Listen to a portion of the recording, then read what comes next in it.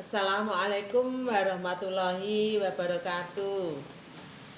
Selamat pagi anak-anakku, selamat berjumpa lagi dengan Ibu Endang Sriwigati dalam pelajaran Bahasa Indonesia. Anak-anak, tugas yang kemarin sudah Ibu koreksi. Alhamdulillah kalian sudah banyak yang mengerti tentang pertanyaan yang ada pada buku teks. Anak-anak, perhatikan. Kita lanjutkan materi yang selanjutnya, yaitu tentang struktur dan kebahasaan teks deskripsi. Struktur dan kebahasaan teks deskripsi itu berisi identifikasi, deskripsi bagian, dan penutup. Nah, sekarang ditinjau dari segi kebahasaan, ya.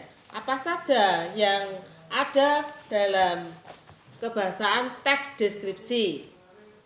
1. Teks deskripsi menggunakan kata yang merujuk pada nama objek beserta kata penggantinya. Dalam kurung kata ganti pesona. Contoh, misalkan kalian akan membuat teks deskripsi tentang sekolah kita, SMP Negeri Tigang Ronggot, ya. Kemudian yang kedua, menggunakan kata kopula. Apa saja yang termasuk kata kopula? Yaitu kata-kata yang ada di dalam teks deskripsi, misalkan merupakan, adalah, yaitu. Nah, misalkan di dalam teks deskripsi tentang kalian membuat teks dengan judul misalkan sekolah kita. SMP Negeri Tigang Ronggot adalah SMP idolaku. Nah, yang manakah yang masuk kata kopula? Tentunya adalah kata adalah. Diingat ya anak-anak. Kemudian yang ketiga, menggunakan kata kerja material atau kata kerja yang menunjukkan tindakan suatu benda. Nah, benda itu apa saja? Bisa manusia, bisa binatang. Ya, contohnya, misalkan kalau binatang, kelinciku melompat-lompat mengejar makanan itu. Nah, kata kerja materialnya adalah melompat-lompat. Yang keempat, menggunakan kata yang menggambarkan sifat perilaku benda, orang, atau suatu keadaan. Contohnya, kata apa saja?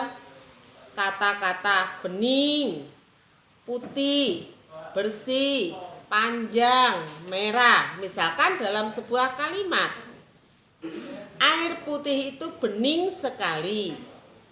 Kemudian, anak itu wajahnya sangat putih. Rambut anak itu panjang sekali.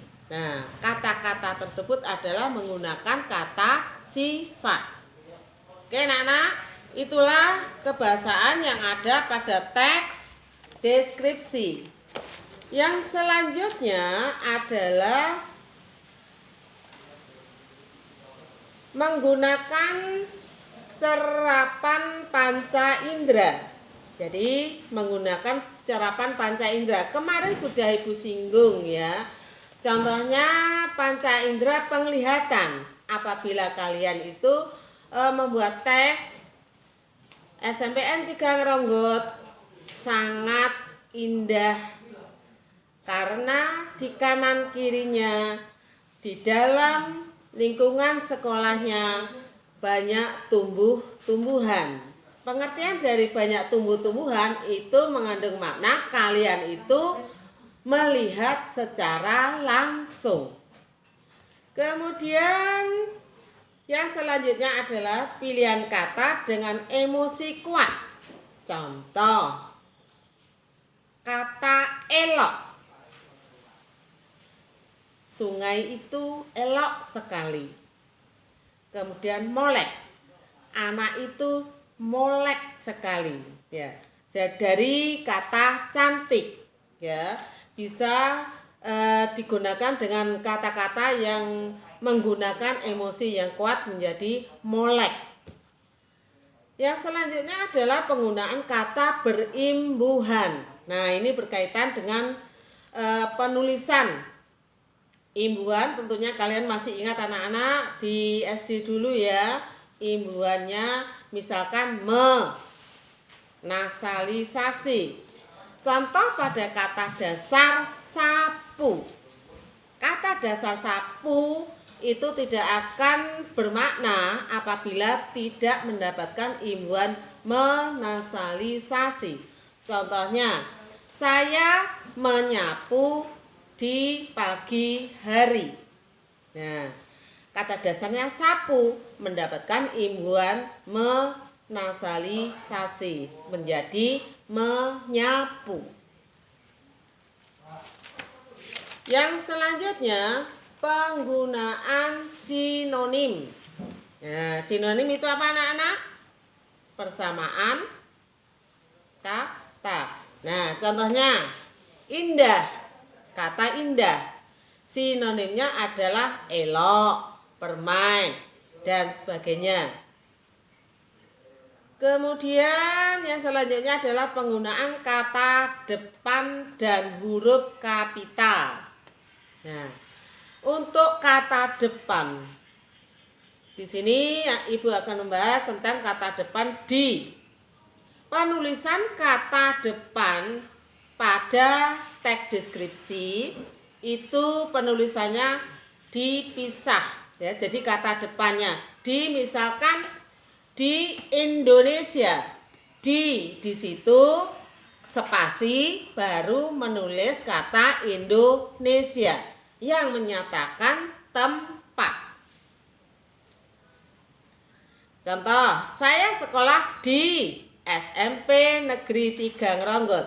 Cara pemisahannya saya sekolah, kemudian di, terus spasinya SMPN 3 Ngronggot. Jadi penulisannya tidak dirangkai tapi dipisah. Kemudian yang terakhir adalah penggunaan huruf kapital. Ingat, huruf kapital ya anak-anak, bukan huruf besar. Ya, huruf kapital. Yang pertama, sebagai huruf awal penulisan kalimat. Nah, kemarin tugas kalian itu banyak yang menggunakan huruf kecil, ya, bukan menggunakan huruf kapital pada awal penulisan. Seharusnya mulai sekarang ya, dan untuk selanjutnya ketika kalian akan menulis sebuah kalimat itu menggunakan huruf kapital di awal penulisan. Contoh, Indonesia, I-nya harus huruf kapital. Bandung, huruf B harus huruf kapital. Ngronggot, N-nya itu harus huruf kapital. Bisa diterima anak-anak? Kemudian huruf kapital yang selanjutnya adalah unsur nama orang. Misalkan namanya Aurelia. Yang menggunakan huruf kapital adalah huruf A. Jadi tidak semuanya menggunakan huruf kapital. Oke anak-anak. Pelajaran yang selanjutnya, tolong kalian buka buku paket ya yang ada di kotak info. Itu kalian pelajari, kalian baca, kalian pahami di rumah ya. Mulai dari halaman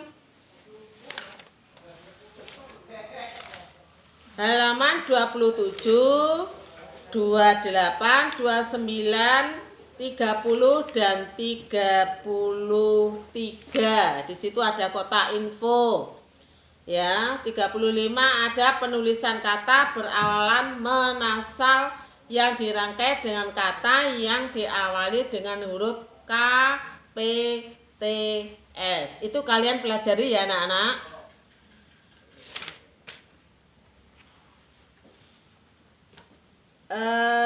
Untuk pelajaran kali ini saya kira cukup sekian dulu ya. Besok Sabtu Ibu lanjut lagi. Tetap kalian harus mempersiapkan diri sewaktu ada lab, karena setiap lab itu ada presensi atau absen ya anak-anak. Bagi anak-anak yang selalu presensi berarti anak tersebut mengikuti pelajaran, tapi bagi mereka atau kalian yang tidak presensi, tidak saat lab, tidak mengikuti pelajaran. Untuk sementara tugas belum ada ya. Jadi ini materi saja tentang kebahasaan yang ada pada teks deskripsi. Bisa dipahami anak-anak? Sekian dulu. Akhirul kalam. Wassalamualaikum warahmatullahi wabarakatuh. Tetap semangat belajar di rumah. Membaca, dan membaca.